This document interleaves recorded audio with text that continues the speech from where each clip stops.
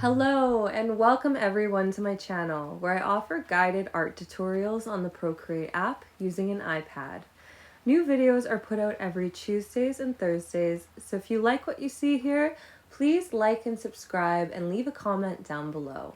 If you have any ideas on how I can better my channel, please let me know. I'm trying to increase my watch times, so if you have any suggestions for me, please leave them down in the comments.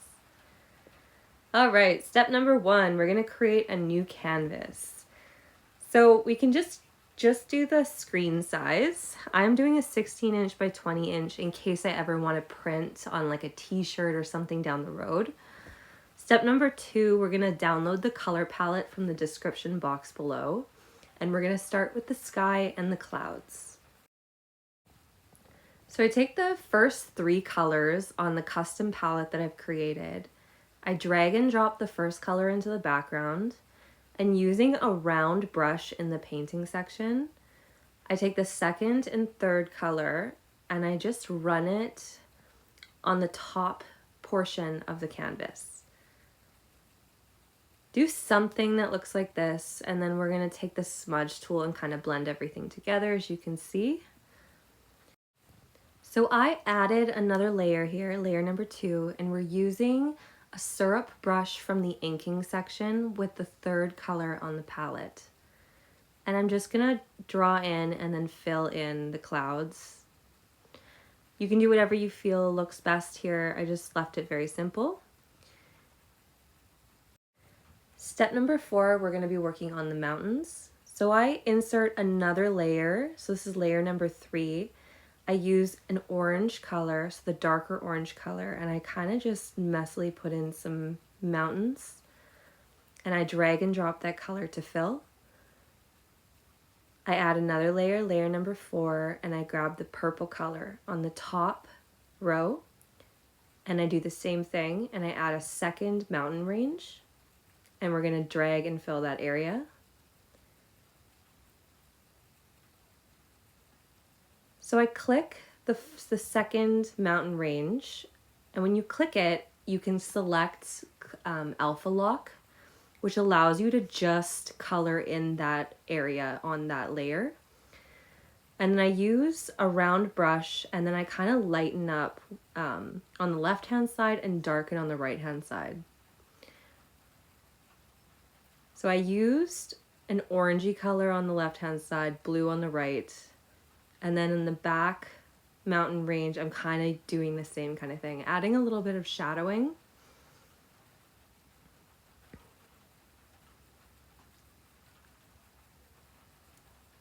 So here I went on another layer. You can do whatever you'd like here. And I used the syrup brush in the inking section, the same one we've been using.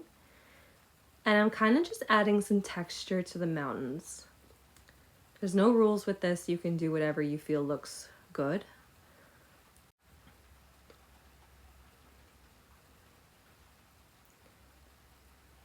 And I did the same thing with the back mountain range. Step number 4, we're going to be working on the very first tree line. So next what I do is I put the mountains and the detail of the mountains into a new group, and I flatten them together so that I can duplicate the image and then flip it. If you need to see that again, please go back and pause. I lowered the opacity, and this is how we get that perfect reflection image in the water. So next, to create the tree line, I take the first color on the middle row of the palette.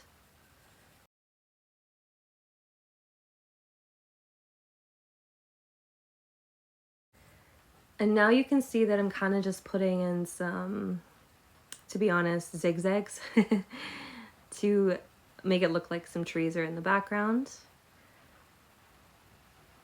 And then I drag and drop the color to fill. Step number 6, we're going to be working on the rocks and the trees.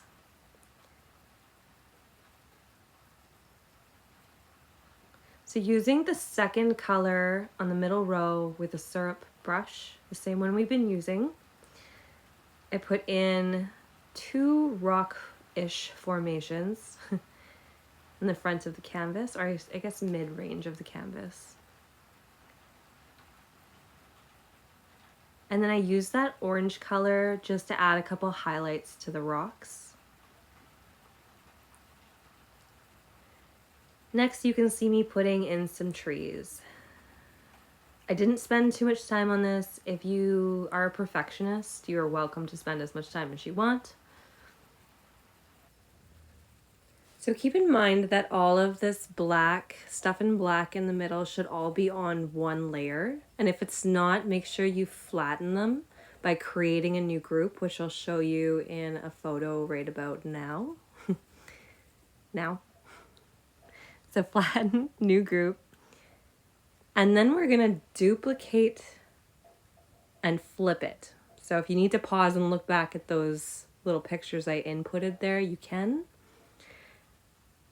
So the same thing we did for the mountains, and then we're gonna lower the opacity by clicking that N, and we're gonna lower it to about 70%. Step number 7 is just working on final details. So using that same black color, I'm just adding some weeds, some marshy kind of plants towards the front of the canvas. Some cattails.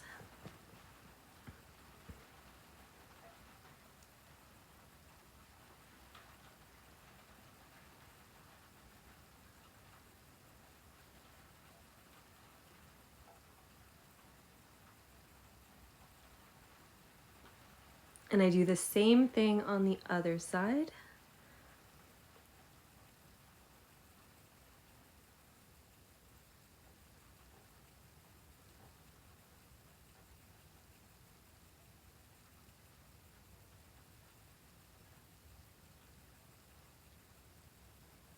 All right, and then we go into the sky area, and I'm just gonna add a couple flying birds just for fun. And then the next thing I'm gonna do is start adding water ripples using the inking brush, and then we're gonna use the third color on the top row of the palette. You don't want to overdo it with this. It kind of has it can be overdone quite easily. So just in a few select spots, do whatever you think will look good. And that's about it. So thanks everyone for following along. I appreciate it. Again, please like and subscribe if you like my videos, and I hope you have a wonderful, wonderful day.